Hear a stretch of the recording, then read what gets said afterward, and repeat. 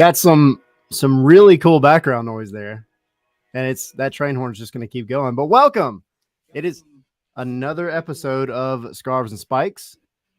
We are here without Sydney. Sydney is over in Sweden doing his thing this week, so we have a very busy show because a lot has happened in the past week. I think we've had 3 games in the past. Since they played 7 days, we have had a variety of things like the salary stuff come out. It's just been a busy time. So, Tommy, how are you this fine evening? Tell me if you've heard this before. Atlanta United blows a lead in the last few minutes on the road. I have heard it before. I have. This is getting old. Not a new story at all. It's frustrating beyond you know it's coming. You know it's there, and it happened. Yeah, 89th minute in this one, and we're going to talk about it. We have a lot to talk about. This is going to be a live player ratings video. This is going to be a busy one. We are going to talk about all the WTF moments that happened in this match. We do have to talk about Orlando, and it's a match that's coming up. It's going to be super important, so we're going to get to that. But we're just going to have some fun tonight. We're going to have a good time. We're going to get you guys all the news. And yeah, we're going to moan and complain a little bit about this away match. And as I think fans have a right to do, it is what it is. But also, this is now a special episode too, because it is number 21, and which means Scarves and Spikes is now old enough to have a drink. So Coca-Cola, man of the match, boy of the match, whatever we want to call it. But cheers. We have made it to 21 episodes and going strong. So thank you guys for all your support as usual. What else I know we get some plugs to do. We have our Patreon that we did, our watch along that we did the other night. It was a lot of fun. It was a really good time. Everybody came, hung out. We did some giveaways, which are going to be on their way soon to those who won, because we had 2. And it was a fun time. I think this is the second one we've done, and it's the second one where Atlanta has blown a lead away late and made it a draw instead of a win. So we had a lot of fun though, guys. If you're not on the Patreon, the link's up at the top. Patreon.com/Scarves and Spikes. You know where to go. We appreciate it. We're trying to bring you guys as much good content as we can, and the watch along is definitely one of those fun times that we have. So come join us. It's the best of times. I think it's our favorite thing that we do. Like just hanging out, and I think we had a good 8-9 people in there. Yeah, it was a good little turnout. Those wives were yelling in the background. It was It was something. What's up, Edgar from LA? Yeah, what's going on, guys? So yeah, and this is going to be kind of a I don't know. This show is always interactive. That's what we want to do this for, right? That's why we created this. But we're going to get into the player ratings, and we want you guys to jump into it as well. So we'll be doing that in a little bit. But as usual, jump in the chat. Yeah, Edgar, see you from LA. Dan, as usual, good to see you, man. Mark, and I'm sure we'll see others popping in here soon. A little bit of a different day than normal. So, I guess we'll dive right into it. This match was peak MLS After Dark, and it came with a variety of WTF moments. A variety. So, where do we start and list all of the WTF moments that happened from before the match all the way to the very end of it on Saturday night in Atlanta versus Chicago? I'm so excited for this because it started early. Yep. It started at 7:30-ish, right? When the lineup comes up. Roughly. WTF moment 1. Everybody was getting switched out. I mean, the rotation was just absolutely crazy. You don't expect Brooks Lennon to be taken out alongside Miles Robinson. Also, while you're missing Caleb Wiley. Who else were we missing? Well, so you started off, I mean, you had Etienne starting on the left, which you kind of expected because of Wiley. Right. And then You had Lennon out for Hernandez. Gutman came back, which was a good thing. But then you had Barry starting up top instead of Yakimakis. Abram over Miles Robinson. And then you could argue like maybe it was time to put Diop back in goal as opposed to Westberg. Not necessarily because Westberg's been bad, but like, I mean, if you're changing everybody else out anyway, why not? Oh, and then Sosa, who was not even on the bench because he picked up a knock and he rolled his ankle in training during that week before. So just a variety of folks missing and changed out in this one.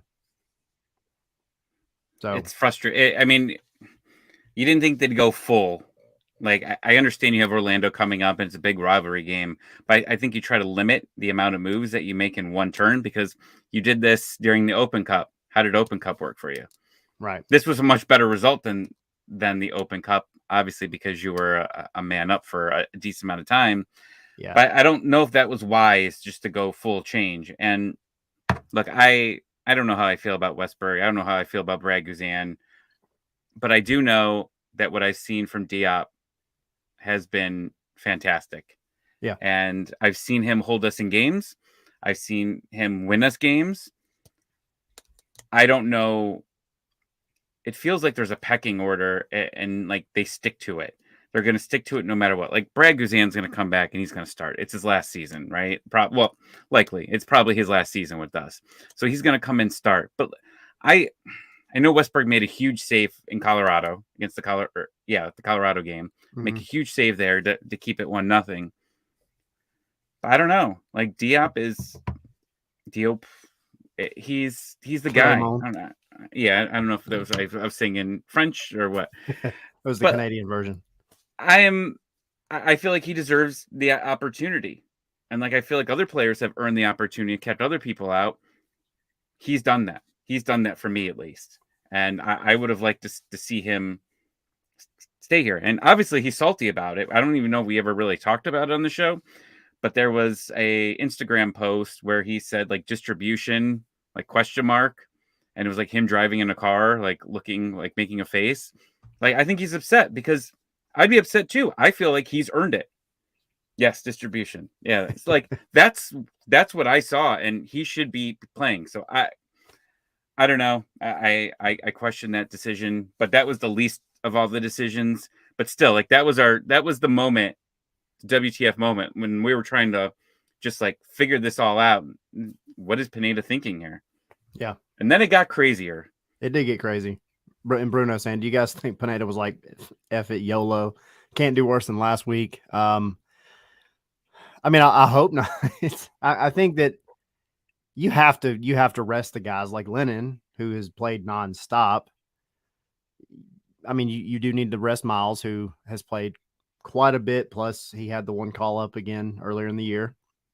So, I mean, there's definitely reasons behind some of the movement and change. I think maybe you don't start off doing that in this match. I think maybe you start Miles and bring on Abram for the second half, or you start Lennon and bring in Hernandez, who, by the way, like wasn't bad. Not that Hernandez was bad. I actually think Hernandez was good again. But I just think that we always talk about chemistry, right? Like Pineda's always mentioning chemistry, and we go back to last year and how the chemistry just wasn't there. I just don't know that making all these wholesale changes at one time was the thing to do. It is what it is. I mean, you still got a road point, as crazy as it was. And yes, we're going to get all of the craziness, but yeah, it kind of felt like a little too much at one time. So frustrating. Yep. All right. Moving forward from there. Then what happened? The yellow, the second 2 yellows, and they got the wrong guy in the second one. Yeah. And they reviewed it. Like, okay, I get it. And then we were in the chat. We're like, okay, this red's coming back. Like, I didn't see him getting that. I forget who it was, but like that was not the same guy Navarro. that got the. Yes. So Navarro gets the early yellow for 3 minutes in, pulling on Almada, right?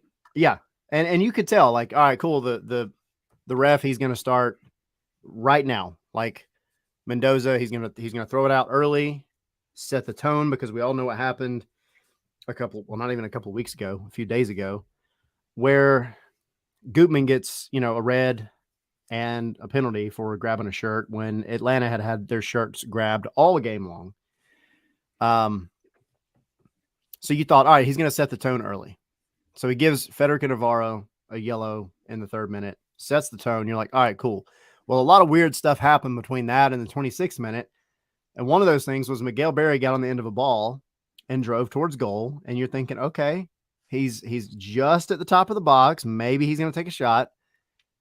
And then he had 3 Chicago players around him, one of which was Federico Navarro again. Well, he gets tripped up. It's a yellow for sure. Just outside the box. So it's not a penalty. But the ref, Mendoza, comes out, slings out the 2nd yellow and the red. And you're like, okay, cool. This is great for Atlanta. And then they start showing VAR. And you're looking at it, and it is not Federico Navarro that got the actual contact that caused the trip for Miguel Berry. It wasn't him at all. So you're thinking, all right, this is going to get called back for mistaken identity. It is what it is. And they just, again, yes, yellows can't be reviewed. Reds, anyway. But you're yellows thinking can for mistaken identity, though, right? Yes, for mistaken identity, because it is a red. But that's one of the 4 things that you can review. So anyway, he's sent off, and it stays. So you're like, all right, cool. Atlanta, you finally got some luck going your way. You're playing up a man now for the rest of the match, hopefully. And then we proceed to go a little weird from there. I guess we can tie this one in to what happened in the 29th minute with Gutman. So Gutman's getting his captaincy, his first captain armband ever. He's playing in Chicago, which is where he was born in Illinois. So he's the hometown kid, gets the captain armband. Almada takes the free kick. There's a rebound, and Gutman's there to just poke it in. He scores in front of, at one point he said 70 family members. And then on the video that came out today with him holding his little photograph of him with the captain's armband, he said he had 85 family members at Soldier Field for this match. And I'm like, dude, how big is your family? Like, that is crazy. But it's a cool story, really cool story. And they go up 1-0. Stop 1 second. Yes. Go right ahead. He's holding the picture up, right? Yep. How in the world did Atlanta United's social media not do the Nickelback picture meme? How? Like, I don't even understand how that didn't come across to anybody. I know it was a nice, serious moment, but you also got to make some type of joke. If they don't fix this in the next 24 hours, I'm going to have to get crazy on Photoshop and fix this. What are the quotes? What is the song? Look at this photograph, right? Is it? Yeah. I don't know. I hate Nickelback, so. I thought you were a Nickelback. I figure no, you seem like you'd be a Nickelback guy, though. Not me. Maybe Sydney. We'll have to ask him when he gets back. Yeah, you seem like a Nickelback guy. No, not at all. I cannot believe you don't like Linkin Park. What are you? No, but Limp Bizkit, sure. Oh my God, no. Old Limp Bizkit, no. Okay, all right. Well, that's WTF moment. Then that's our music taste or WTF moment 3. Yeah, there. WTF moment 3. We are 29 minutes into the match. 41st minute, Franco Ibarra receives his obligatory yellow card, which means he is out for the next match on yellow card suspension. And then in the 42nd minute, when Atlanta is playing up a man, would you like to enlighten everybody what happened then for WTF moment number 4? An Olympico. Off of a corner. A weird Olympico. Like, I don't even know really what it was. It still looked so goofy on everything that happened in that entire sequence, but it was just a disaster. Yeah. Was it Parada? That was right there? It was Parada that actually got dinged for the own goal in that one. How is that man always around the ball on a corner on either side? Every time he's somehow involved, and it was almost the exact same play in the Chicago that he ended up scoring on, right? Where he just dinged into the back. Yeah, exactly. Right, went off of his thigh, And that almost the same thing. It just came back the other way. Oh man, way. it's frustrating me again. Yeah, it's so irritating because like that, it changed the game, right? Because you go in a half 1-0, still up a man, and then Giakoumakis comes on, and you're looking at a totally different ball game. But that did not happen. Parada goes after the ball, and you can put it on Parada, but you can also, I think, put it on Quentin Westberg in this situation because he has to be more commanding of his box. I mean, I'm never going to be upset that a guy with the aerial ability like Parada to go after a ball, because whether he's defending or attacking, but like that's his job, is to defend. He's just trying to send it out for a corner, and he knows it's coming in high, and he knows it's coming in, really close to the goal. But you also have to trust that your goalkeeper has taken goalkeeping 101 and knows what to do in that situation. And Westberg had to come out. He had to be more commanding. He had to tell everybody what was going on. It would be different if there were anybody in the vicinity that Parada was trying to get in front of, but there was nobody there. There was Parada and 2 other Atlanta players and then Chicago.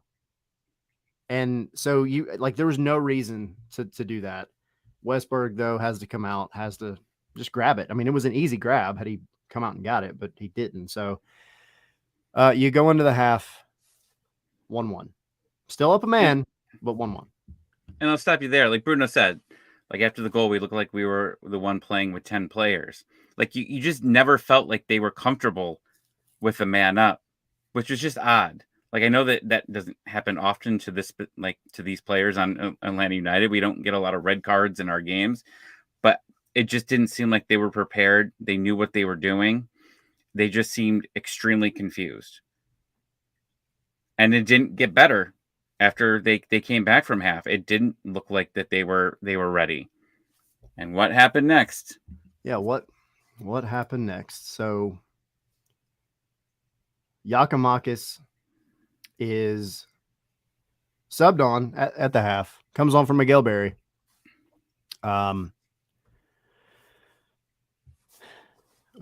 It's so frustrating to talk about this match. So Giakoumakis comes on.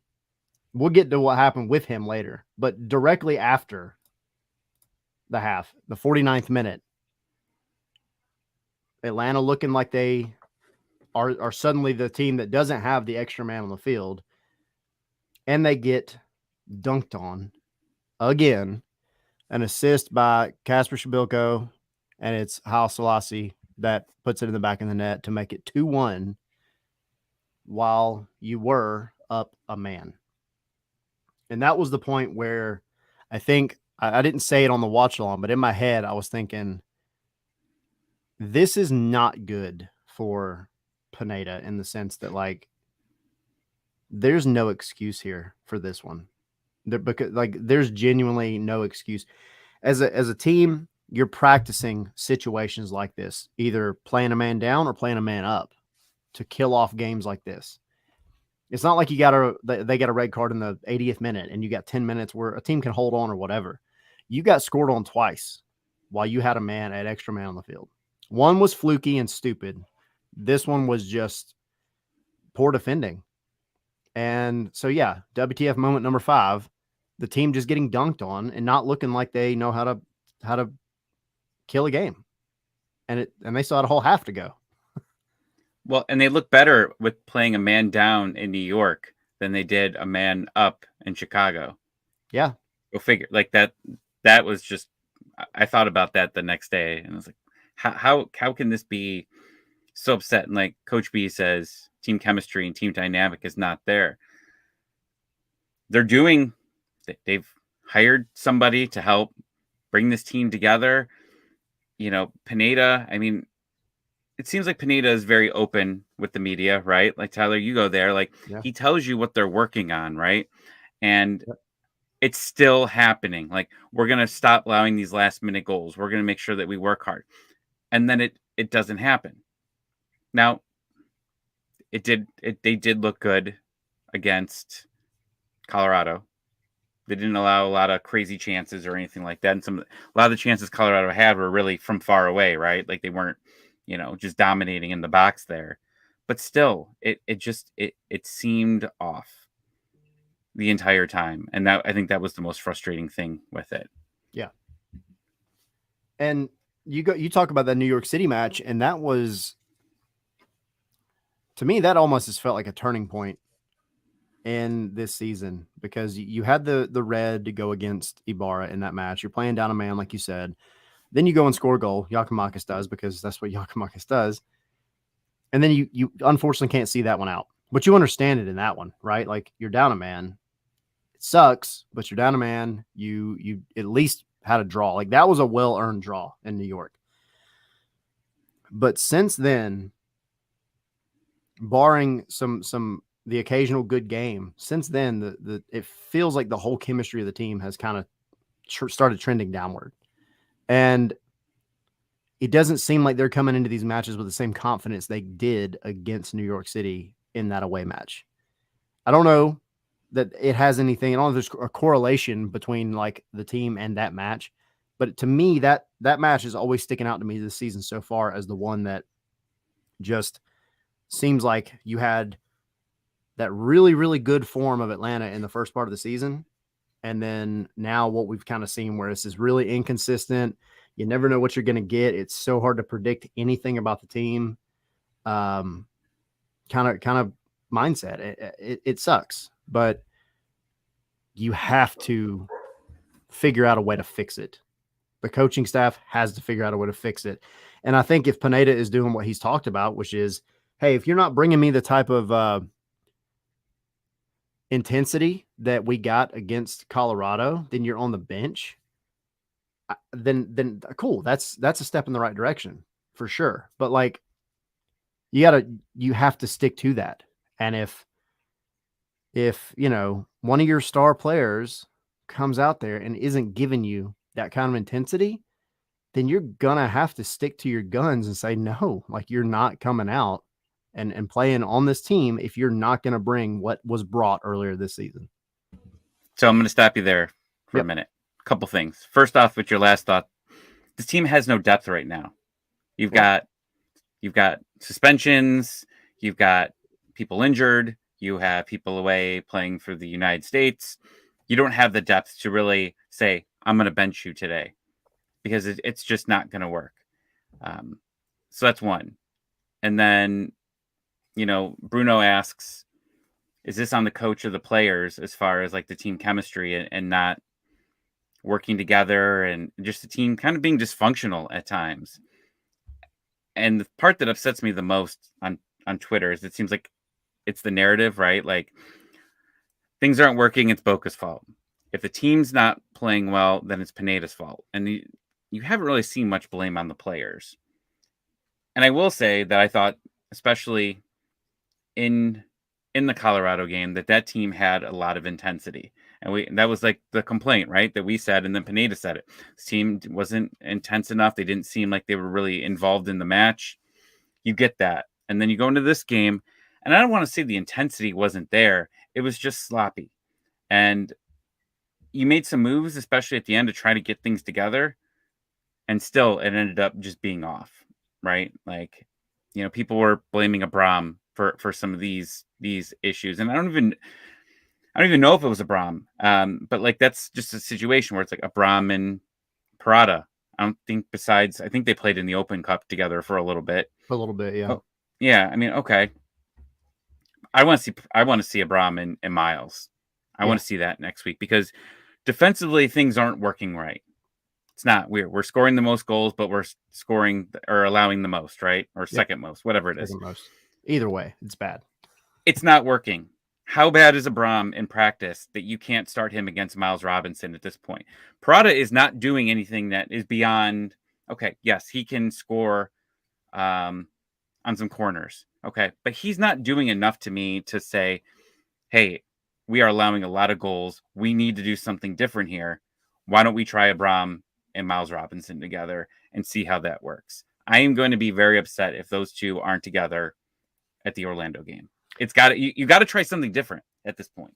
Yeah, I mean, I personally think it's not so much their pairing as much as it is the midfield's defensive work that's just not getting done. Like, in the run of play and, from the top of your own defensive third onward, Franco Ibarra is doing everything he's supposed to do. Mateus Rossetto, we can argue about that all day.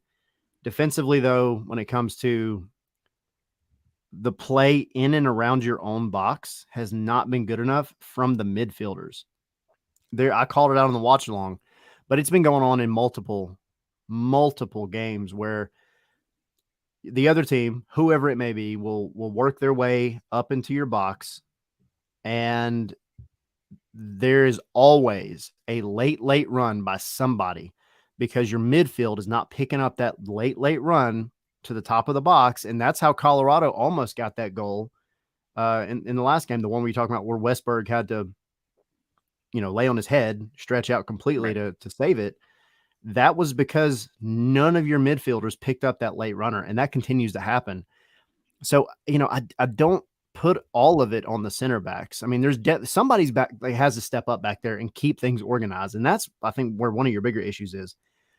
But the midfielders, like, they've got to understand that it is both sides of the ball with you. You are not just like an attack oriented midfielder. You have to get back and help defend too. And they're just not.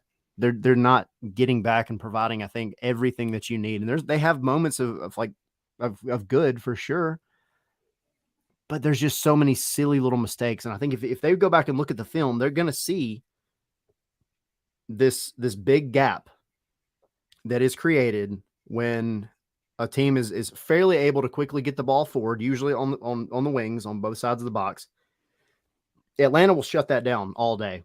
Gutman, Lennon, whoever's on the wings, they do a very good job of at least getting there. And now they've both gotten burned this season a couple times for sure. But it's always that late runner. You go back to the match where Gutman got burned and the ball was played out to a runner at the top of the box that was making a late run, and that was the shot that went in. So it's something in that transition moment that the midfielders are not getting, and they've got to fix it because they're leaking goals because of that. And yes, center backs are the prime responsibility when it comes to defense and the goalkeeper, but it's everybody. It's everybody from the number 8 position, Mateus Rossetto or Sadic, who's not playing right now, all the way back. They've got to get it together. Well, that's why we talk about who's going to replace Aruju, and I think that you do need to find. I think that you do need to find a DP level midfielder here and go get. You could still go get a winger. I still think they're going to have enough money in the summer to be able to get someone on that right side that's cheaper. And who knows what even happens with Almada here. But I'm just assuming Almada stays in this point. You should still be able to have some money available to go get someone else for the wing on the right. And I don't know. You've got to do something in that midfield because you've got 4 or 5 guys that are just kind of all the same. And this isn't working. And while I think Miles has been having a fantastic season, he can't do it all, like you said. Yeah. And they can't clear everything up. And yeah, they're I hope that we start getting tied to midfielders. That's what I want to see here in this window. Specifically, if we're looking at a high paid player, it better be in the midfield. Yeah. So what happened next? Well, enlighten me. Yes, Angel Di Maria might be a free agent. I'll take Angel Di Maria as the other winger that replaces Arujo in a heartbeat. But that doesn't take away from the fact that they've got to get a midfield. So yes, I'm all for it. What happened next, Tommy? What was the next big one? What was the next WTF moment? Giakoumakis just took over. He did. Because that's what he does, right? It's great. It's just great to watch him. It's a pleasure.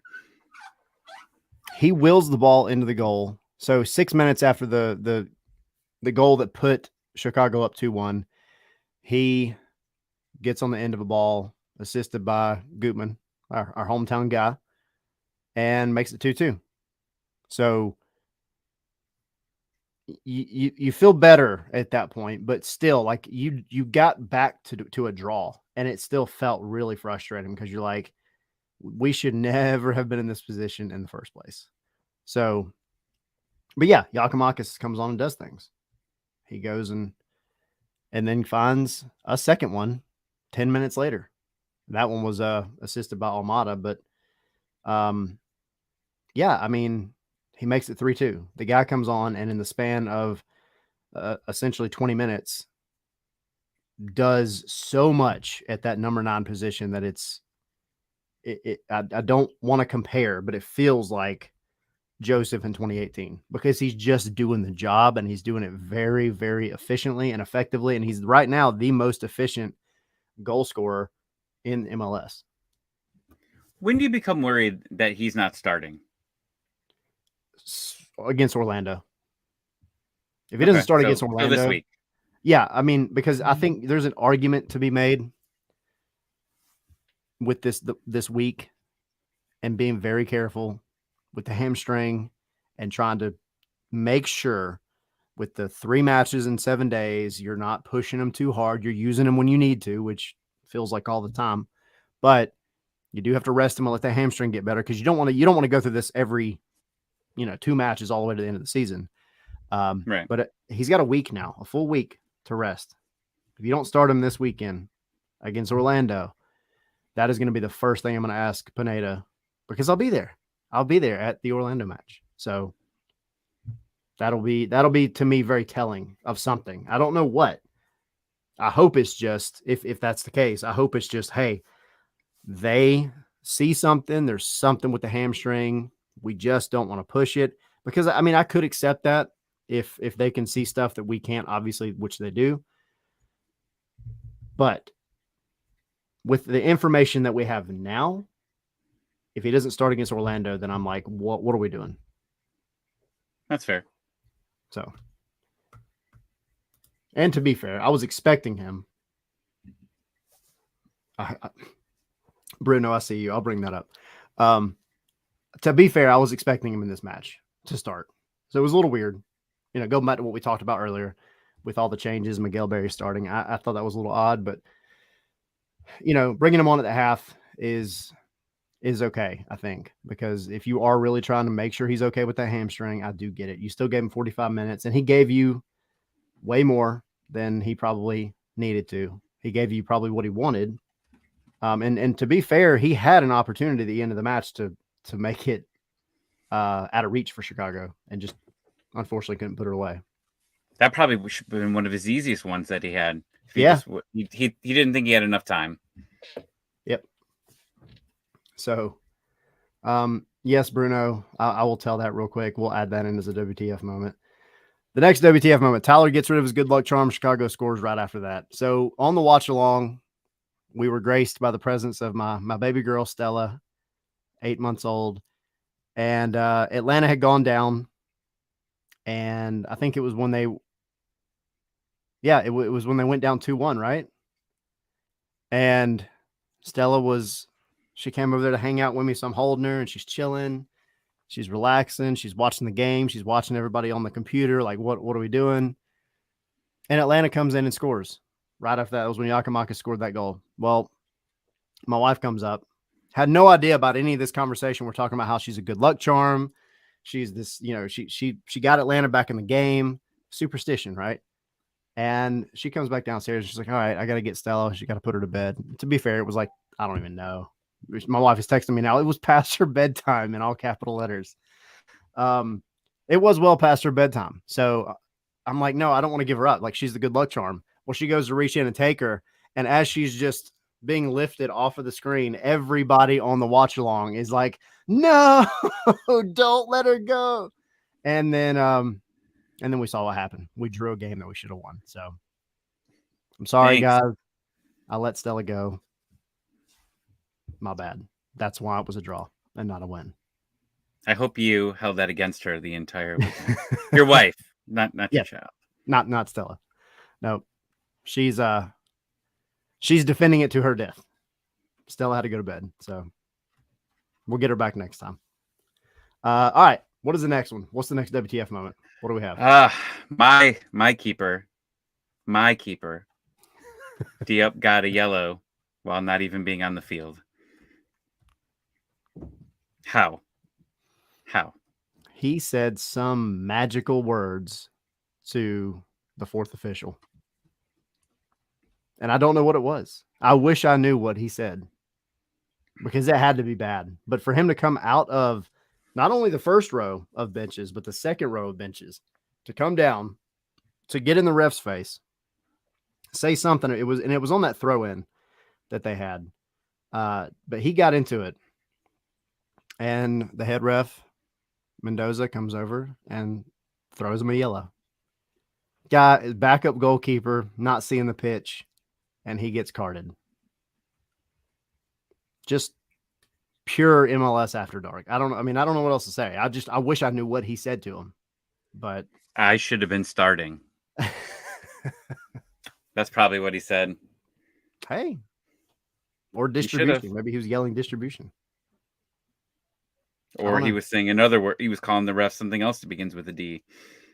He might have been doing that too. Inconsistent. Frustrating. Very frustrating. All right, let's get this over with. Let's get this last moment. We feel like we've been 90 minutes talking about this. I feel like we've relived the entire 90 minutes. We have. We'll talk about good stuff in a minute. He allowed another goal right at the end. Again. On the road. Like, is this 6 points? Is this 6 points that we've allowed? Like, let's go back. Let's think about it. You allowed the last minute goal in Toronto. Yep. You allowed the last minute goal in New York. And then you allowed a last minute goal in Chicago. So that's 6 points. And like, that's what I've been seeing on Twitter is like, oh, we're one of the worst road teams. Now, yes, last year we were a terrible road team. We were a terrible team in general. So let's just not say it was a terrible road team. It was a terrible team in general. And now you get those points. You don't blow those 3 leads. I'm so sick of Atlanta blowing leads. Just happens with every team. If you don't blow that, you're probably one of the best. You're probably one of the best road teams out there. If you don't blow those, you're sitting in second place in, I think, overall and the East. Yeah. And you're one of the best road teams because the road teams aren't good in MLS. It's a thing. Like it's rare for a team to be that. But you got to be able. I mean, and this one, I don't even really know how to explain how it all went down. I think it was just terrible defending in the box. But the other games, I mean, they're ones where you should just be passing it back. You love passing it back when it's 0-0 nonstop. Why don't you do it when you're up a goal in the last few minutes? Oh, frustrating. Yeah, you love possessing the ball. Did we miss the Aruju red card? We missed it. Yeah, let's hit it because whatever, we can go with it. This is WTF moment number 10. I guess we saved the worst or the best for last, whatever you want to call it. Yeah, Aruju gets a yellow. Questionable if it even is a yellow. We weren't sure who knocked who down. It was like right at the edge of the box, right? Yeah, and then, I think the first one he got the yellow because he did come in studs up and he caught the guy's leg. So like actually the first one I get it. Yeah. Kind of. It's the second one close 2 minutes later that I don't understand. We still don't even know if they actually even like really touched each other. Okay, so Arujo did grab him partially. But there was no, at least in the angles that we saw, there was nothing like a true shirt pull, anything like that. And he did let go. He let go of the guy. And then the guy takes another couple of steps and then falls over. It's not a yellow. It's not a yellow. And I understand, like, we can argue he's impeding the progress, this, that, and the other. He didn't really impede much of the progress. He was already beaten and he was still going, and Arujo let go of him. It's not a yellow. I think what got Arujo in this case was the fact that he's just still fresh on the ref's mind because he had just gotten the first yellow 2 minutes before, and he's trying to throw cards for shirt pulling. I get it because that's what happened the first time around in the 3rd minute. But yeah, it was not a yellow. Not a yellow. Arujo gets sent off, and which we now refuses to leave the field. Yeah. Refuses to leave the field. Yep. Yeah, there has to be sick because he got fined. He did get fined. They announced today that he got fined, which But man, he would not go, and like everybody, I think Almada, like to a point, like went over to him and told him, "Get out." Yep. Like just go. Yep. And like go back and watch it when he's walking out. There's some ladies right like at the edge there, and they made a face to him, and like I was like, oh my god, don't hit them, don't hit. Like they were just like I like they were something. I go back and watch it, but they made a face. We need you to complete this sale to Flamingo, Luis Araujo. If you're going, you're going, and don't mess it up now. One less game. Yep. All right. So with that is all of the WTF moments from MLS After Dark on Saturday. It was a weird one. What does that lead us to? I think because we'll do the news in a minute. We will jump into really quickly the player ratings. We got tweet of the week. Oh, we do have tweet of the week. Let's do that. We got one. Tweet of the week from a very legendary individual. Very famous, very influential in the Atlanta United community overall in his tenure. The famous Michael Parkhurst. Well, that was entertaining. Yeah, it was. Right after the final whistle, what else can you say? Because that sums it up in a nutshell. That was entertaining. 10 WTF moments, 2 red cards, 3 goals on each side, a whole lot of weirdness. I don't even know. And 1 point. And 1 point. 2 reds, 1 point. Yeah, 2 reds, 1 point. So, God, what a weird one, man. And now we got to do player ratings real quick. So we're going to keep this pretty quick because we got plenty more to talk about. Ethan saying, how about the fantastic free kicks Almada has every time it was incredibly close to another Golasso? Yes, he almost had another one in this match. The guy that he's just on one. He knows where to put him. And you could tell Chicago's goalkeeper, even though he did his homework, he was panicking every time Almada stepped up to take a free kick. And he still got punished on one because Gutman just tapped it in. So, but yeah, the guy, he's a totally different player when he is somewhere around the 25-yard line. All right, and with this, we want you guys to get involved because we do the player ratings. Normally they're recorded, but myself and Tommy have done a couple of live ones, and we've had fun with it. But this is your chance to kind of right. I think we're just doing a few of them, guys. Right? Yeah, just a handful. So, oh boy, give us your own opinions as we go through these. We're only going to do 4. We're going to start off on a high note with the Greek himself, Yorgos Yakimakis. So, busting out the trusty whiteboard. I'm going to be embarrassed if you don't have what I have. Oh, man, I got a decimal, though. I hope it's... Oh, I don't have a decimal. Okay, well, close. All right, fine. What you got? Okay, it's close enough. 9.3. No, get out of here. That guy played hardly... I know that he had missed the hat trick, dang it. I understand that. But the guy played no minutes and scored 2 goals. Like, right. That's all you could ask. Like, the game completely changes when he's out there. And we got to get him some help. Yeah. Look, we have learned that players don't last forever. Whether they're on their way out, whether they get season-ending, career-ending. I know it's not a career-ending injury, but as far as Atlanta United purposes, it was a career-ending injury. You need to take advantage. You've got Almada. You've got one of the best players in MLS. And now you've got another player that's one of the best in MLS. If you can convince Almada to stay, you can win a championship. But man, you got to get a midfielder. I'm sorry, we're just keep going back to this, but I'm going to be saying this until July 7th. We better have one ready.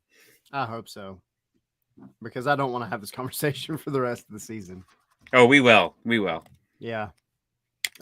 Yeah, I mean, look, he could easily be a 10 for me. He could be a 9 for me. I mean, he did. It's even really, it's hard for me to justify being like, oh, I'm going to ding him a couple of decimal points because he didn't bear that last chance. Like, he does need some help. He can't carry the load entirely by himself. You still have a DP that needs to be scoring goals. Your other DP is scoring goals and contributing. Not mad at him. But like other people have to do some stuff too. Etienne, I keep hoping that he's just that one goal away from like breaking loose. It's just got to happen. I don't know. He got pulled off pretty early in this one, I think. And I'm thinking maybe that's just being precautious as well. But like they have to start contributing. Mateus Rossetto has got to contribute. Like you're number 8. He's got to score goals occasionally. Like he should not just be only the go-between between your defense and your offense. He has to get up there and be a goal threat as well. We talked with Jason Longshore about it before the season started. Yeah, no, I'm pointing all around because I'm irritated. But your goals have to start coming from somewhere else.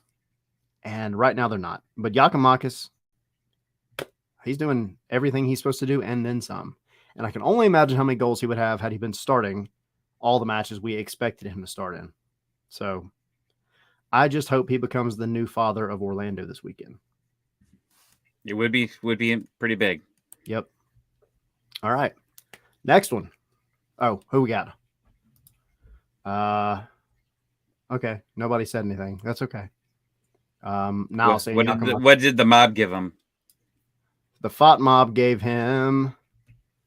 Yes, Bruno's stepfather. Fought Mob gave him a 8.9. Boy, you and them are jerks. All right, let's move on. 10. All right, next one. Gonna be Luis Araujo. This is gonna be interesting. And y'all jump into the chat. We want to hear from you guys too. I don't have a red marker just to make a big red. Oh, see, that's not fair. Red what? What do you want me to draw? I'll draw it. A red card. I don't know. 6. I was going to give him a 6 too. Yeah. Oh no, that was terrible. It was a letdown from the previous games. I think he was much better. Yeah. I thought with the more room on the field, I thought he was going to be able to do more things, and we just didn't see it. Yeah.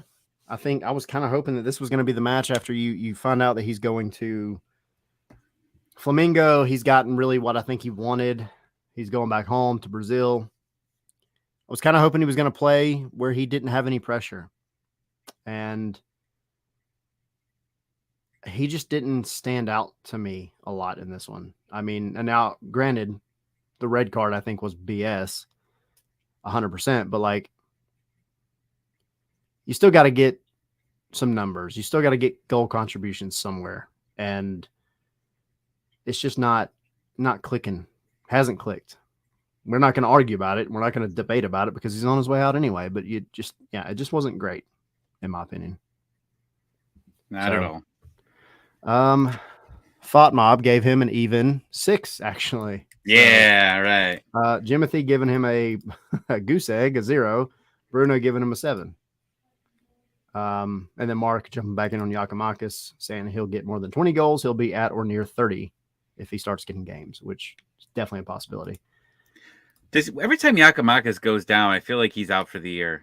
I know, right?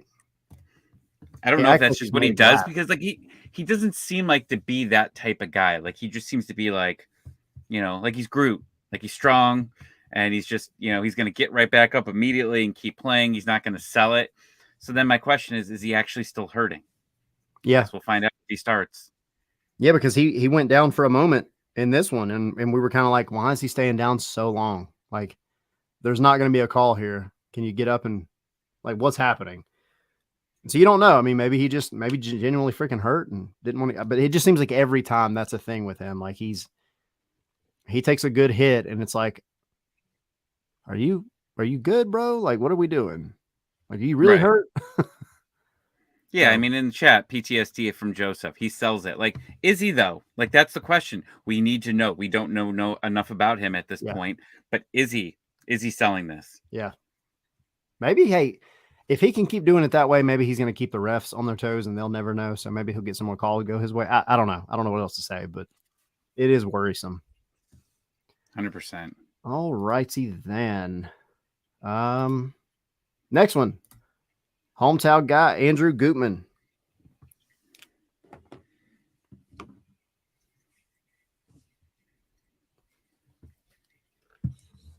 All righty. 7.5. I gave him an 8.5. I'm not going to explain what that was. Don't worry about that bottom part. Is that a bald 8.5. guy? Is It that a was supposed bald to be guy a like bald peeking guy. out like Mr. Wilson from Home Improvement? Yeah, he's peeking over the fence. Yeah. Except it just didn't turn out. It looked more like something in the background of a Mario game, like the hills, you know? But no, Andrew Gutman, man, like he gets the red card in the game 2 days ago, or feels like 2 days ago, 2 matches ago. Misses the last match, obviously suspended. Comes back, gets the captain armband in his hometown, goes out, scores a goal, gets an assist. Well, I mean, what else can you ask for out of your left back? A little bit more defensive on the defensive side. I think being maybe the captain's, side of it being a little more in charge of keeping things in order back there. But to be fair, if you're relying on one of your wing backs to try to get your defense in order, it's not a good thing. He has gotten burned quite a few times this season. Yeah, he's gotten hit a couple times. Now, I don't recall that happening in this match at all. I think there was one. I think there was one instance. I think in the first half where a guy just ran right by him. But I mean, I would hope that's a little bit better. Yeah, that improves. I remember when he got burned in the first preseason game and everybody was freaking out. Yeah. What happened by the guy from Dalton, Georgia, up in Chattanooga? Yeah. No, I like Gutman. Y'all know this, I think. He's your Moreno, your new Moreno. That's I mean, he's but not many people talk bad about him compared to Moreno. But no, I mean, his work ethic is great. He comes out every match, and no, is he a perfect player defensively or offensively? Absolutely not. But the guy's going to be there, and he's going to give you 100% every match. And I thought he did great in this one. I mean, you look at what he talked about with his goal, and he said, I expected Almada to go to that far post. So I set myself up in a way that I could just be there if there was a rebound. And that's exactly what happened. Like, he knows his team. He knows his team's tendencies, and he set himself up to be in the right position at the right time, which is essentially what he said. And that's playing with a high IQ. That's playing, to take advantage of opportunities where that your team has a strong point. And I'm good with it. I don't think you can ask much more from your left back, especially in his first captaincy. I think that was a good time. Yeah. So, in the FOT mob, they gave him an 8.2. Nice. Mark giving him 7.5. Bruno giving him a 7.8. Jimothy giving him a 8, but then he changed it to an 8.1. I actually think he might have been holding down. Oh no, he struck the wrong key. He gave the little tilde thing instead of the 1. So he fixed it and gave an 8.1. Mark saying his goal was nice, but he's got to lock it down on defense. Kind of what you were saying. Jimothy also saying Joseph's choking hard in this Open Cup game against Nashville. So that'll be a different Joseph and Nashville are never a good combination. No, they are not. No, they are not. All right, last one. And this, I'm sure this one's going to be all over the place. But we got to talk about our new guy, Luis Abram. Man, I don't even know where to go with this one. Because to me, it's just kind of up in the air. Well, I said to you before we got on this, like I really didn't notice him too much. Yeah. All right. Oh. I'm going to go with an even 6. All right. You gave him a 6.5. I mean, yeah, I just no glaring mistakes that I saw specifically. Of course, I haven't gone back and watched the whole game over again. I think as a guy that was marketed as very similar to Michael Parkhurst in the sense that he's very smart on the ball, his game IQ is very high. I think I would like to see him get a little more involved in being a leader back there because they need it. But for him to come out, play the time that he did, I'm not mad at it. I think can't really put the goals on him. I think he did everything he was supposed to do as a center back. He had one or two really, really good long balls that he sent and broke multiple lines with them, and they were accurate. We talked about him being a natural left-footed center back, and he did that. He did that in this game. He was pretty accurate with his passes. I'll give you his rating in a minute, but I mean, he played the 90 minutes. He was 92% on his passes, 69 out of 75. He could have had an assist, actually. 67% on his long balls accuracy, won both of his tackles, won both of his ground duels, had a couple of interceptions and 3 recoveries. So, I mean, the dude he had numbers. He did things. And maybe it's not the worst thing if you don't notice your center back. Like, that's usually not a bad thing. So, I'm not mad at it at all. Maybe you made a comment about leadership, like, you know, he could be a leader. We talk about it a lot, and I think we've even brought it up today, like about leadership, like on this team and like on the field. What more can you ask for at this point of what you have on this team? Like you've got 2 keepers, you've got Brad Guzan and Westberg, who was obviously a leader. Toronto, right? Make sure I get this right. Yeah. Yeah, he was with Toronto for a long time. Obviously, he had to be a leader there with what they went through. Like, he seems very vocal. Miles Robinson's been here forever. They've trusted him with the armband before, and he's been here for a long time. Brooks Lennon's been here. Gutman's been here. Like, they're very vocal people that like to speak up. I mean, Husachu's gotten the armband. I don't know. I haven't seen too much of leadership from him. And Giakoumakis comes out and he's making comments over the last few games since he's come back from this injury. Like, we need to get it together. Like, that's what we need to do. But how do we not have leader? Like everybody's like, how do we not have leadership? Like, I don't know. I don't even know if leadership is a problem. And people said on Spaces, well, maybe because these guys are so new, a lot of them, and like Abram, like, you know, he should be a leader. I don't care if you've been here for 2 weeks or you've been here for 6 years. Like, you should be a leader on. You've got enough guys here with enough character, I think, that you shouldn't be having these type of issues. Because, like, oh, we need a Jeff Lorenowitz or a Parkhurst. You've got guys here that are that. They got guys that have been in MLS for a very long time. Brooks Lennon spent his whole career over here in MLS. He's been here long enough. Why? I don't know if this is actually really a thing or not, but I'm just tired of hearing about we need leaders on the field. We have more than enough guys that should be a leader out there. And that's my rant. Yeah, no, I mean, I agree. And I honestly think we could probably do an entire episode about leadership and what it means on and off the field. And it's tough because leadership can be a very intangible, fleeting thing. But you've got Brad Guzan, who sees the game in a different way, I think. And we know he's vocal. He's also respected because of his time in the Premier League. Giakoumakis, respected because of his time in the Eredivisie and the Scottish Premiership and, you know, what he's done over his career so far. And he's still relatively young. Like, he still has plenty more to go. It's tough because I don't think it's just the locker room. I don't think it's just the pitch. I think it is every single thing about being a member of the club. And if you are a guy that goes into the club day in and day out, you're not involved with the team as much. You're not putting yourself out there, not even as a leader, but just as a conducive member of, like, guys being friends as part of a team. I don't think you're ever going to get that kind of respect on the pitch. Now, I'm not saying that this means they got to go hang out all the time. Some of the best leaders in the world, they don't hang out with the people that they are leaders of, right? But I think, you know, we always heard last year that Joseph, who we wanted to step up as the leader, would go in late, leave early, just didn't want to be a part of the team anymore, it seemed like. And I think, you know, that was kind of the stuff that was almost like the nail in the coffin for him.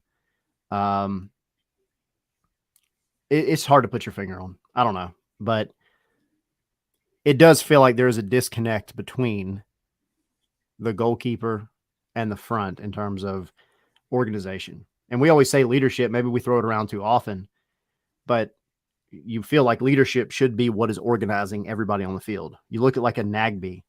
Like Nagby wasn't really captain that often, but like he was a captain enough. He would get his guys situated, move them around, and that's not what anybody really I see on this team is doing right now.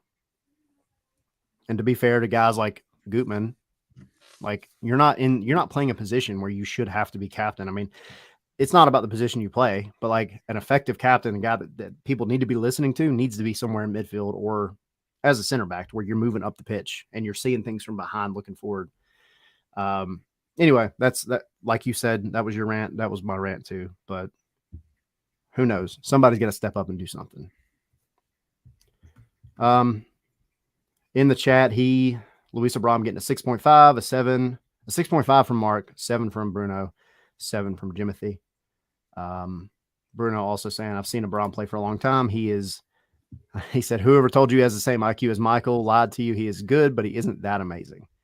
Hopefully he can prove Bruno wrong, but I haven't seen him play in person enough back then to know that. So Michael is a hard one to beat though, for sure. So those were our 4. Those were our 4 players that we hit.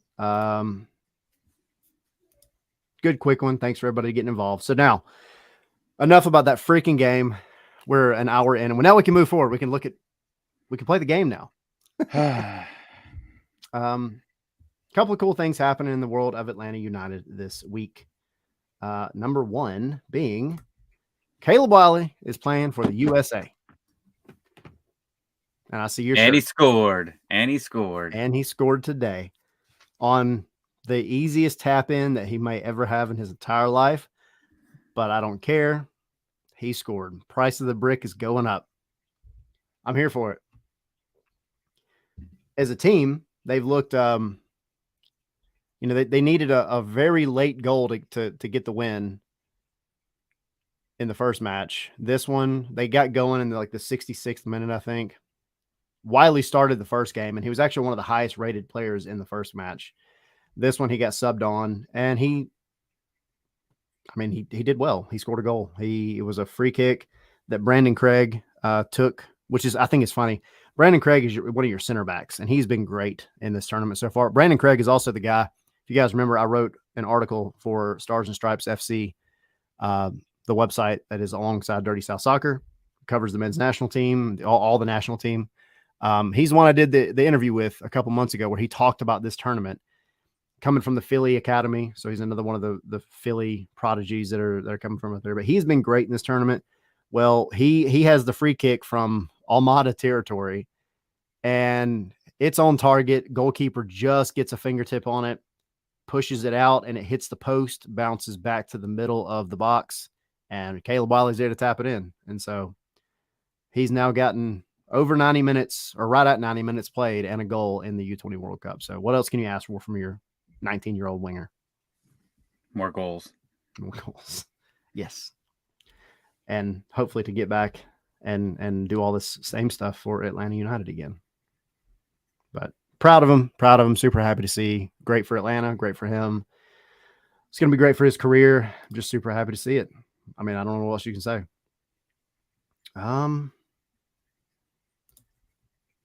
then another one, this just came out recently. Aiden Torres, who's going to be the next homegrown, by the way. Very young kid playing in the Atlanta Academy. He just got called up to represent the U16s in the International Dream Cup in Japan. So getting a young national team call up very early in his career should tell you plenty about what they're seeing out of him at that age. So just good for him. I mean, there's nothing else you can say, but he's going to be a homegrown, I think, going into effect beginning of next year. So I've never seen Aiden spelled that way. Adyn. That's all I've got about this. Yeah. How would you pronounce that? I mean, I would figure it out. I mean, Aiden. Okay, well, I didn't know if you had like something else in your head or. No, it's just weird. Adine. Yeah. Maybe. How about Jonathan Vial?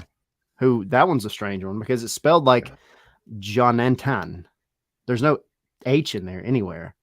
And then his last name is not Vijal specifically, it's Vial. So that's my fun pronunciation fact for the day. Emilio Pineda's choice of Zadu for captain must make Tommy make the cringe face. Yeah. I mean, I don't see it. I don't know what they do outside of the field, what they do in the background, but that guy is just.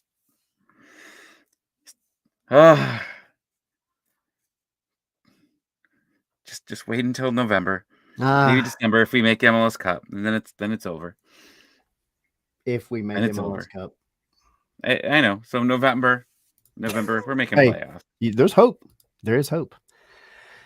All right, Atlanta's going on the road again this weekend to their favorite children, Orlando City. We are in the end of May, and this is a must-win match for me. Because if you don't win this match, you are looking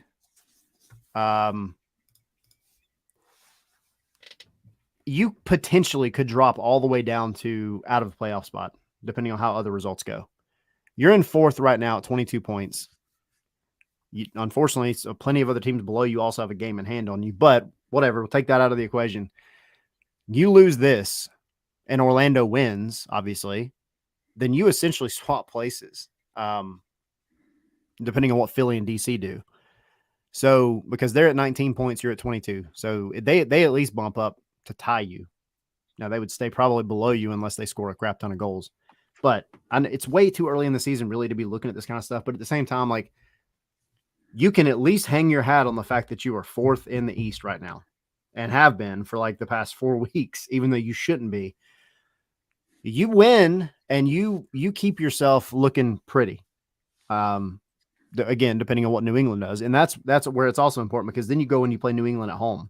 If you win Orlando and you win New England, you're probably still sitting up in you're sitting at third, and you may even bump up to second. So there's a lot of what ifs here, but what you don't want to do is go and blow another game away. Like, at some point, you've got to start getting away wins, not just draws. You've got to get an away win. And, you know, again, if things go badly, like really badly for Atlanta, then you potentially see yourself dropping all the way down to like 10th place after this weekend. You made it sound so easy about beating New England at home. I know. I just like to think like, all right, we're at home, and I can't hang my hat on that too much because of the Charlotte match, but still, like, I don't know. I just hope that they can pull something out at home against New England.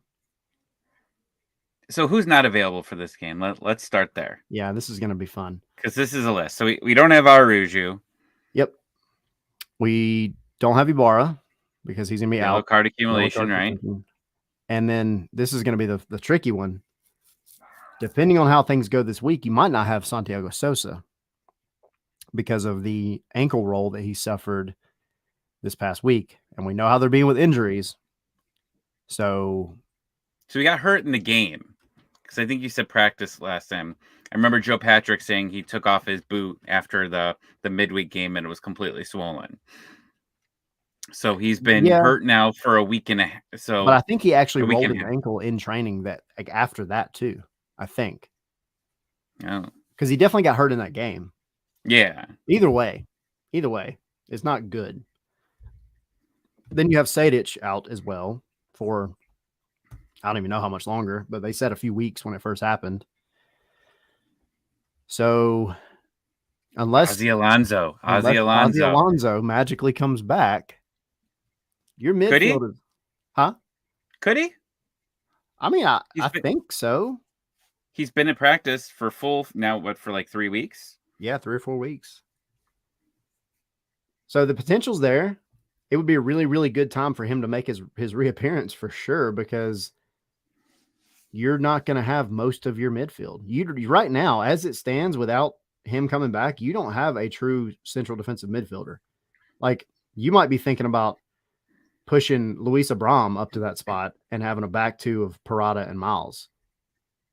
Or or you bring in one of your twos guys. Like, I don't know what else to tell you, but you've got Josedu for sure, I think, unless something goes wrong, knock on wood. And then, I mean, you could use Tyler Wolf, but he's not really that position. You got a Johnny Fortune who you could use. I don't know. Like, you're really in a jam when it comes to this midfield. And it almost feels like a time where we've been complaining about the midfield for so long anyway.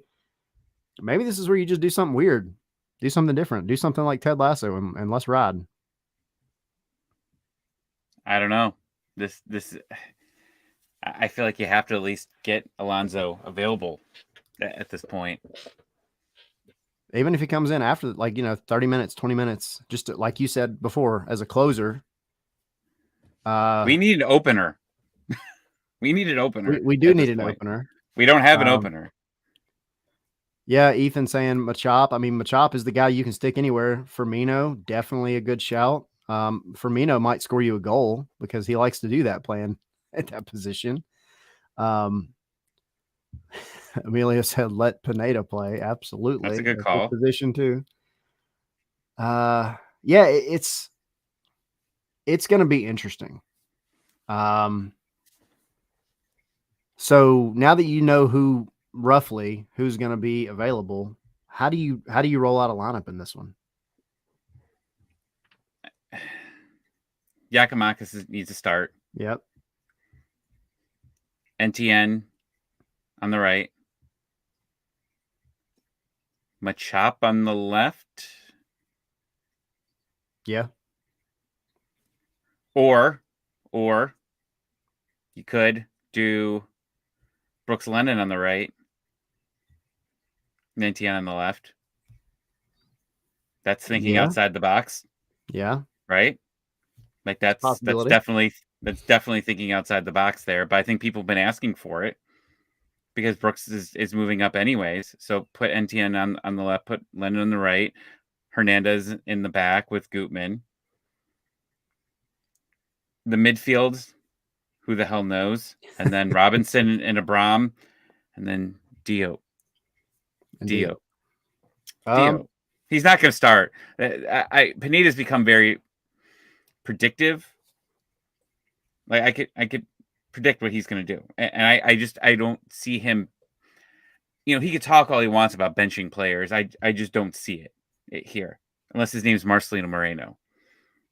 It's a true statement. Rest in peace, my man. He's not dead. I know, but it feels like it, man. In my heart. He scored a goal. He did.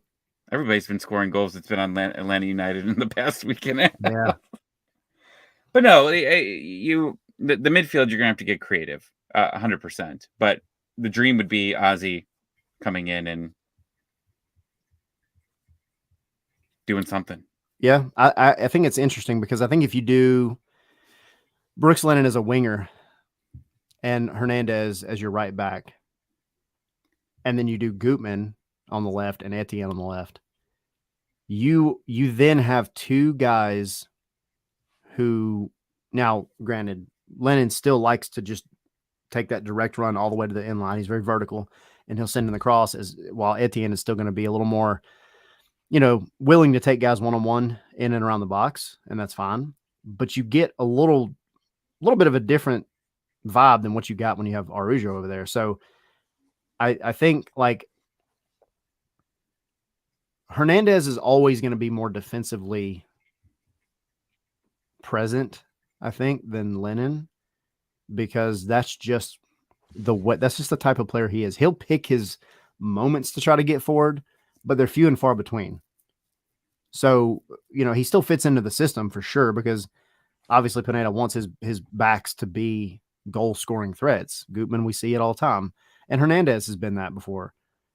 But now if Lennon doesn't have to worry as much about that, I would be very curious to see how his verticality changes and how much more, because he's already doing really well leading the league in the past few matches in crosses and successful crosses. So maybe he gets a little more time and a little less wear and tear on his legs to pick out the really good ball to Giakoumakis, or to pick out the really good ball back across the top of the box to Almada or whoever. Maybe you see a little bit more of that. And then Etienne and Gutman, I think that's a pairing I think it's going to work out fine. Atlanta's going to try to hit the wings in this one. I just have no idea what they're going to do in the midfield, like at all. Because you can try to do like for like and keep it the same, but I don't know that you want to do that. I really think this is a time to like really throw a wrench in things. You're almost forced out of necessity to try something a little bit different. I'm not talking about like flipping the whole table of chicken and rice upside down, but like you got to do something different. See what other formations work, other tactics work.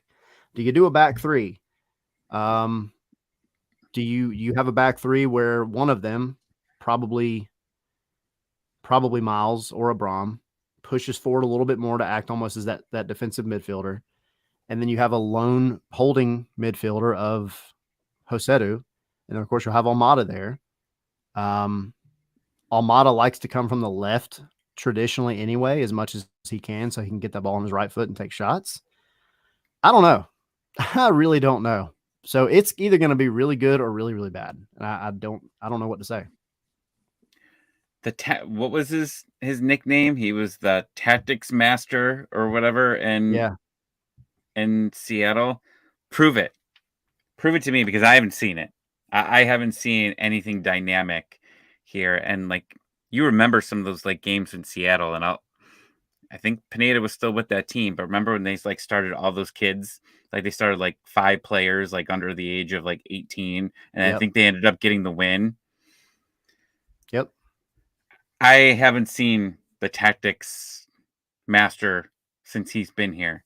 I haven't seen him having to make significant changes in the middle of a game to be able to have us come back and win. And it's not a Pineda out thing. It's just what I see. I just haven't seen enough from him where I'm like, okay, he picked something up here and he really changed it and it's working.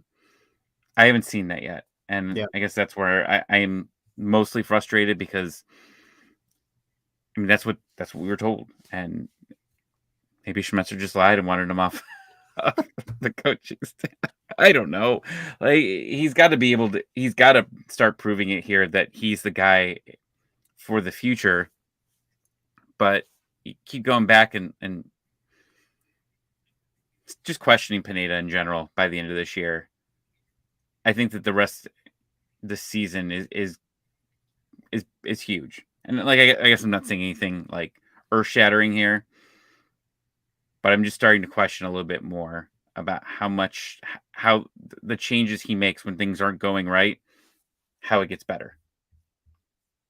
Yeah. I mean,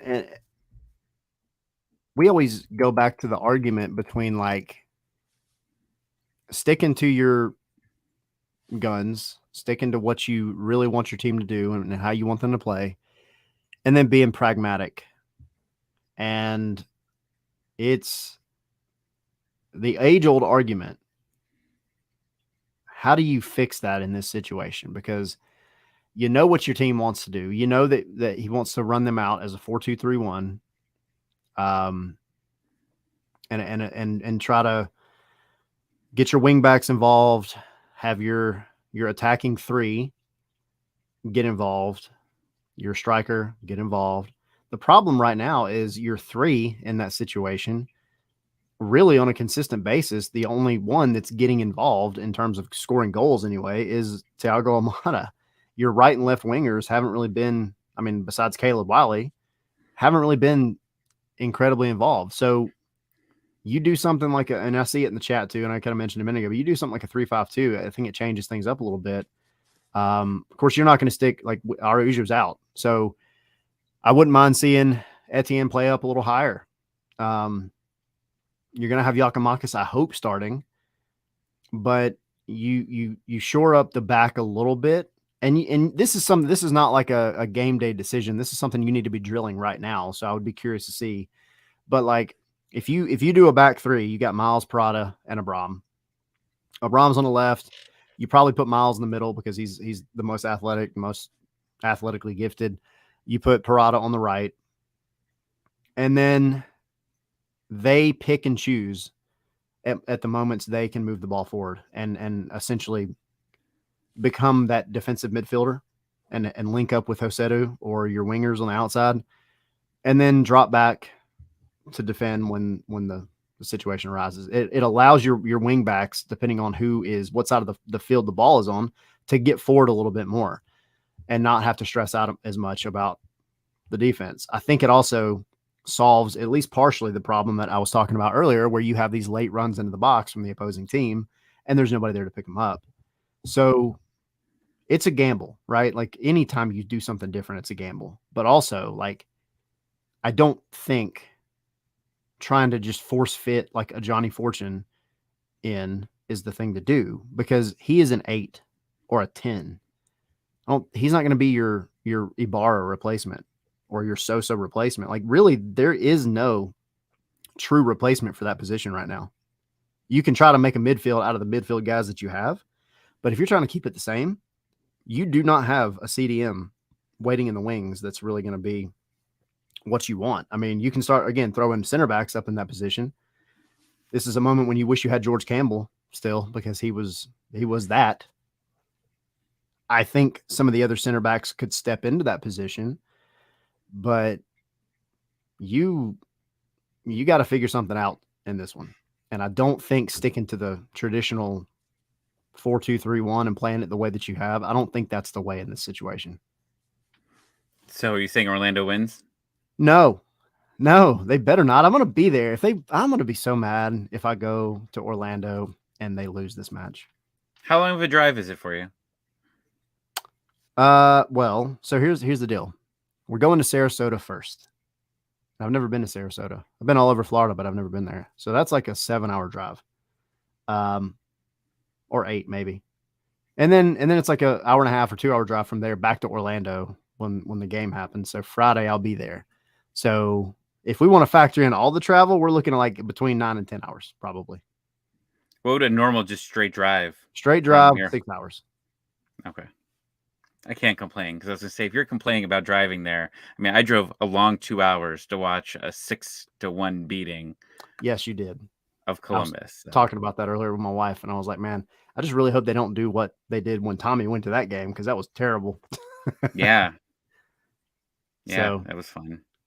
No, I genuinely think Atlanta can pull this one out. Orlando's not been great this year. They've been really inconsistent. They have talent. I feel like I'm talking about Atlanta United, but they have talent. They just haven't been able to string it together. So you got players you got to watch out for. They've also got a couple injuries they're dealing with as well. So you can go down there, and if you really figure out how to put your stamp on this game and stick with it for 90 minutes, you can beat Orlando. You can get 3 points and you can get back home. But we have not seen that this team has been able to do that over the past month, really. I mean, you go back to that first Chicago match, and that's where it all really started to look really bad. And I don't know. It's tough. It's even tougher now that you don't know who's going to be playing in certain positions on the field. Boy.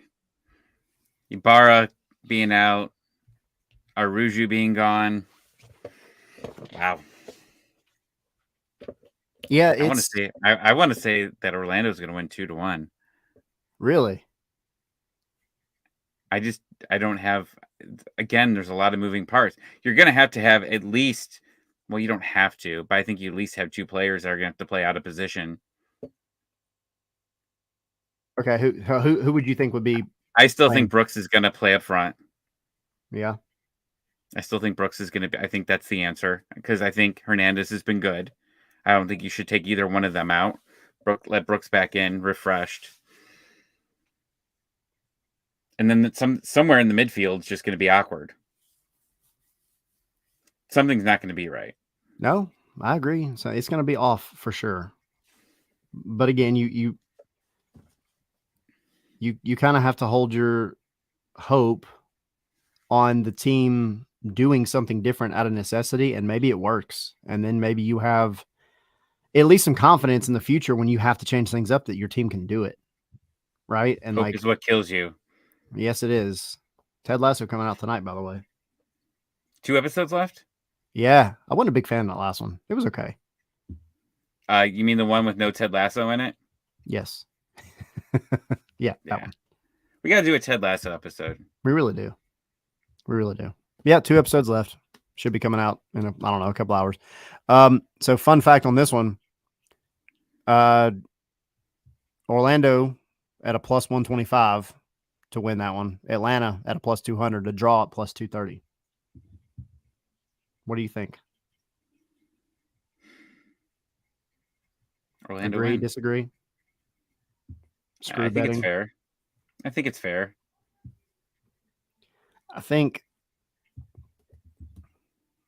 they have no idea what's going to happen, just like we have no idea what's going to happen.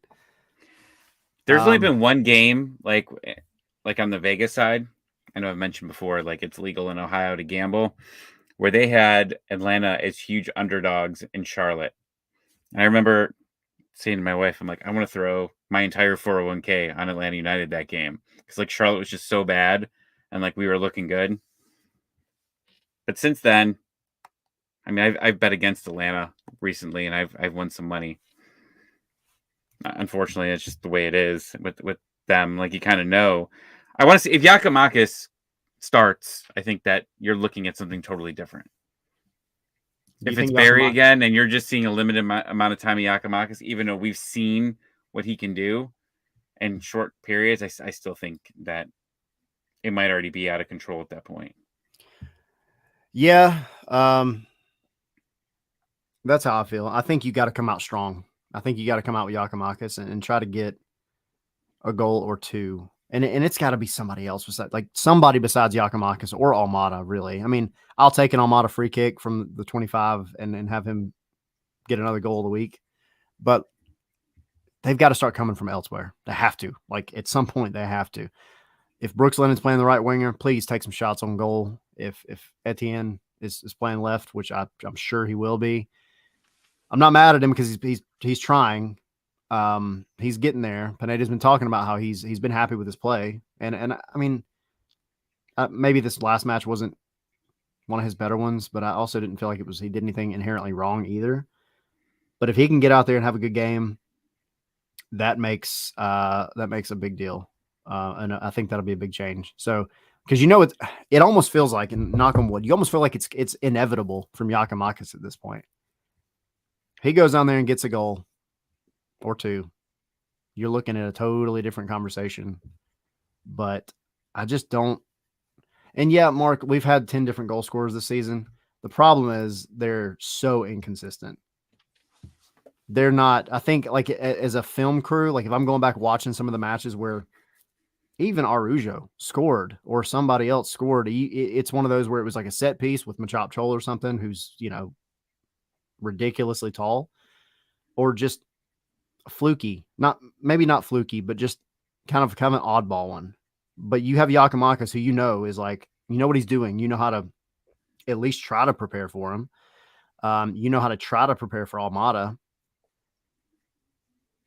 Parada is going to get his head on a ball occasionally. Miles is going to get his head on a ball occasionally. But I just don't know that, like, in the run of play, which is what your attack should be scoring goals on, it's really just going to be your number 9 right now, and maybe Almada. And that's not good. Like, your 8 has to get involved. Your wingers have to score goals. And that's why teams, when they get pushed back into their box against Atlanta, they're not even worried about going outside and shutting down the wings, especially when Miguel Berry's playing, because he's just not an aerial threat. So say that again. Yeah, and yeah, as long as the ball goes in back in the net, yeah, I get it. I totally agree. It'll be interesting to see how Pineda plays this one out. Bruno asking, do you guys think that a player in Atlanta United 2 would be better than Barry? Eric Lopez, definitely. And I see people already saying that in the chat, but he's injured, unfortunately. I would definitely give Eric Lopez another shot for sure. It was also talked in the chat as well at that number 8 position, Nick Firmino. I would love to see Nick Firmino get some time with the first team, especially with the way he's been playing this year. He's very good on the ball. He's very confident on the ball. And he is very forward facing, almost to the point where he feels like a number 10 at times or a number 9. I mean, he's just up the field. Now, what that does for your defense, I don't know. I don't know. But at least you get somebody that's going to be playing the ball forward to your front 3, 2, 3, whatever. So we'll see. We shall see. I'm depressed already. Don't be depressed, Mark. I'm depressed. I don't. In the league. And you could say that we're the highest scoring team in the league, and like it. This team is definitely more fun to watch, even when they lose, than what they were last year. Because it was just like, all right, we're gonna lose 2-0. Oh, we're gonna allow a goal in the first minute. They're just gonna park the bus for the rest of the game and counter and win 3-0. Yeah, it was definitely boring last year. It's definitely exciting, even when they lose. Or draw. There's a lot of excitement that goes on in these games for sure. But I think you have to have a higher standard of some of these other positions of what you have. And let's face it, like Garth Lagerwey set us up for this. Like he said, like this year is a rebuild. This is a rebuild, and we're going to do what we can. And they're doing it, though. They're legit doing it. They're moving on from Aruju. That is huge. I know we're kind of topic, but like it's just we have to change the construction of this team. And I think that we're starting. Like you're seeing it. Joseph's gone. Aruju's gone. The Almada thing, if somehow you can keep it, it fixes a lot of things. We should do a Patreon 100% on this roster build and this roster. Like we could just chat about this for a while because it's interesting, and like I think it affects everything that happens here is going to affect what's going forward because Aruju's one of the young DPs, and you're gonna have to replace him with if he moves. If you want to bring in another one, you've got to replace him with a younger DP. You can't just bring in whoever you want because if you do, then you've got to go get rid of 2 U22 players in that window, and that's just seems like that's impossible to do. You're going to be able to move out Eric Lopez, Sosa, and Ibarra, 2 out of those 3. Not going to happen. Yeah. I mean, unless he can pull some more Garth magic and make some things happen that we didn't think were possible, like some of the loans that they did and everything else. I mean, I don't know. And I don't claim to be an expert on MLS roster rules because that's a full-time job in and of itself. But I think by the end of July, I do think this team looks fairly different than what it looks like right now. I don't know what that means. I don't know who that's going to be. But I think the overall structure and what Garth refers to as the spine of the team is going to be somewhat different come August 1st. And it kind of has to be, I think. So, and that's fair. And like Mark said, you don't have to get rid of them; just have to pull the U22 tag. Problem is, I don't think we have enough space for that to just take them off that tag. Plus, you still have to bring on a winger. Yeah, you're gonna have to bring someone on here. If our perfect world of upgrading the midfield and getting another winger on the roster is what you want to do, you're not going to have enough money to go and move some of these guys off from here. And it doesn't help with Eric Lopez because he was just finally starting to play well, and then he gets hurt. Yep, like that could have convinced somebody. Yeah, and then brought up a good point. We have Mascara as well. Yep. I mean, he's loaned out, so you don't really have to worry about him. I don't know how long the loan is, but I think it's for the full year. Yeah, so I mean, you can try to fix things the next year for sure. But yeah, this isn't easy.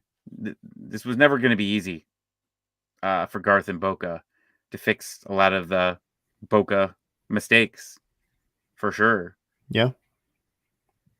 And for anybody wondering, Mosquera's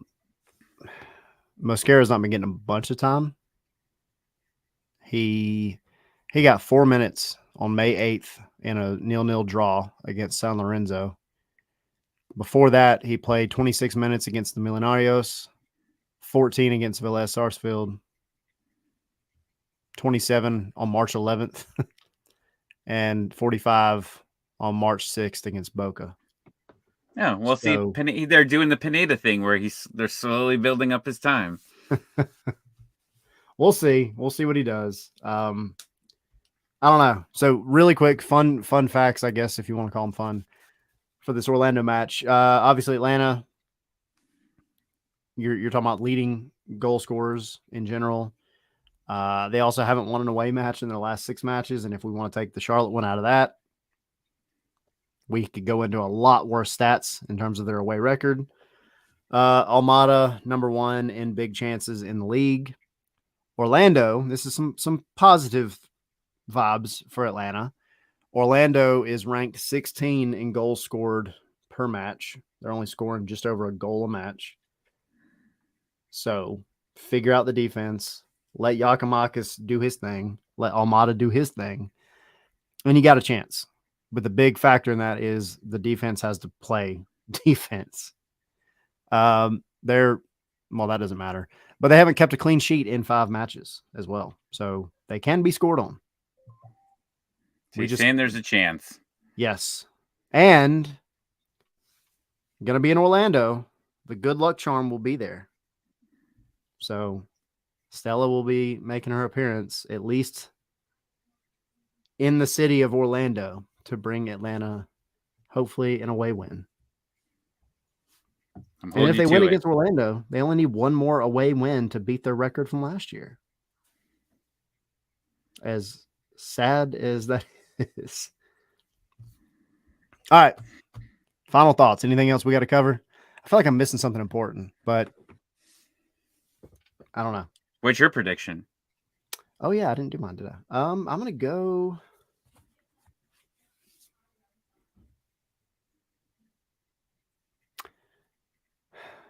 Because they're all weird. The away matches are so weird this year. I'm going to go 3-2 Atlanta. Okay. Because I think it'll be Giakoumakis. And I think he's going to beat Taylor Twellman's record. And I think it'll be Almada getting 1-2. And I think also that the defense doesn't have anything close to a clean sheet. And it'll probably be a late goal by Atlanta to get the winner. So we shall see. 3-2 for me. You said what, 2-1 Orlando? Yeah. Mark saying 4-1 Atlanta. Giakoumakis gets a hat trick, takes the lead in the Golden Boot race. That would be sweet. I love it. That'd be fun. That would be really fun. That'd be worth the 13-hour drive you're doing. Yeah, for real. That would definitely be worth the 14, 13, 10, whatever hour drive. No, I'm going down there to freaking relax, sit on a beach, have some drinks, drive to Orlando, hang out around Disney and a pool, and go to this game. And are you going to Disney? We're not going to actual Disney. We're going to go to Disney Springs, just hang out. We're not going to the parks, though. So we're just going to get the heck away for a little bit.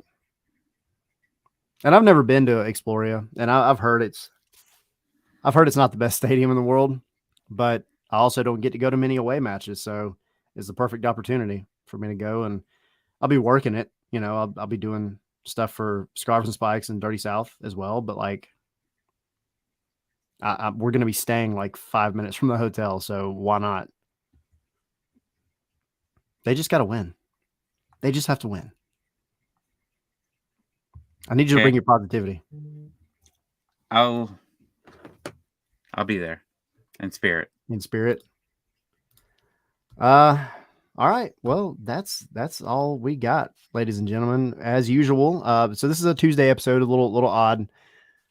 Next week is going to be different too, because we have the match against New England on Wednesday. So we're figuring that out. Sydney will be back from Sweden in a few days. So hopefully he's had a good time and gotten to see lots of stuff that you see in Sweden. Ice, probably. And a variety of other things. Maybe windmills, like Ted Lasso. Ooh. I know that was not Sweden, but still, I think there's windmills. I have a windmill down the street from me. Do you really? Yeah. That's pretty cool.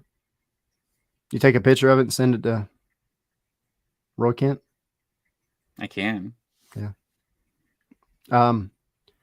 So no, we'll let you guys know. We'll keep you guys updated. We'll have some news coming out over the weekend to try to figure out when we're going to do the episode exactly. It'll probably be Tuesday, so we can talk about this Orlando match and also get you ready for New England.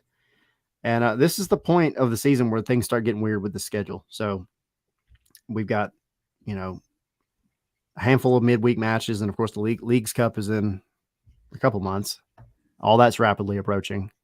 But as usual, make sure you subscribed on here, over on Twitter at Scarves, the letter N Spikes, obviously Twitch as well. You can find us on there, twitch.com/Scarves and Spikes.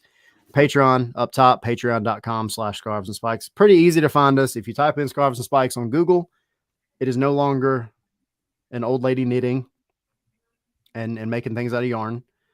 It is us. Wait, did she die? I hope not. That would be terrible. We can't just lead into that and say she's gone and then not tell me what happened to her. I mean, she's gone off the top results in Google, so I don't know if that. Oh, you replaced her. Emphatically means that you're dead. Yeah, we replaced her. Sorry, old lady. Okay. But hope she's alive. We're also with you in spirit as well. If she's not dead, we can get her to make us our own scarf that's knitted. Oh, I'll have to say, make me a sweater. That too. Would you rather have a scarf or a sweater, though? I live in Ohio, man. What do you think my answer is? Well, it depends on what kind of sweater we're talking about. Are you going to wear like one of those real itchy, like old school old lady sweaters? Sure. I'm old. I'm 40 now. Oh, man. I'm 40. I get cold faster. Is this what I have to look forward to? Yeah. Kidney stones, pulling your back out, wearing gigantic sweaters. Yeah, that's my life, man. My